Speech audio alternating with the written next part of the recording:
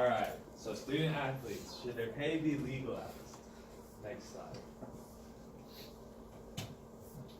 Alright, so our situation is we have that college athletes have not had the chance to get paid ever legally, and players like Cam Newton on the left and Johnny Manziel on the right have either been caught or accused of getting this pay illegally, which isn't fair to the players in any situation at all.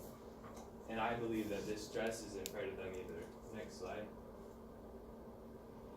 Bryce Love, the starting running back for the Stanford Cardinal and Heisman hopeful, is one of the prime examples of how he and other college athletes are being treated unfairly. Bryce Love did not show up to his Pac-12 media day because he chose to stay in class and put academics over athletics, which some think is a good thing, but according to most critics, it was a bad move on his part, which seems unfair to me.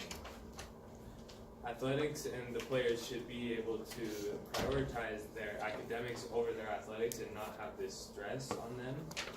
And by paying them, that could possibly relieve them of this stress, and they could be able to focus on hiring tutors or other needs that they have. Next slide.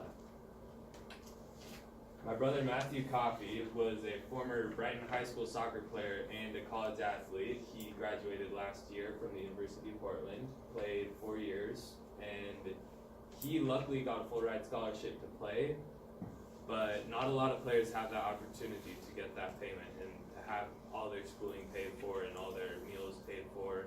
And on our over the phone, almost like interview, we talked about how if he didn't have that, he probably would have been very stressed out and would have to worry a lot about if he was going to be able to even afford dinner or get dinner for the nights. And it was just pretty interesting talking with him about that and seeing a college athletics perspective of it.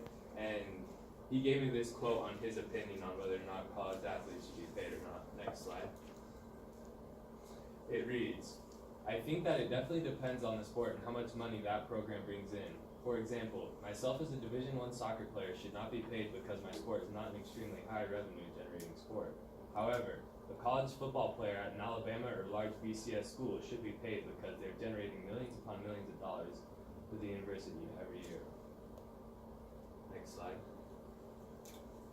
And with every argument, there's going to be some pros and cons, and here are some of the cons that I found in my research. If you could go to the next slide. Sorry, I'm forgetting his name. Lemons, I believe. Malcolm. Yes. Malcolm Lemons had this quote for the Huffington Post in one of his articles, and it read, is it racial? Is it because it's unnecessary? Is it unfair?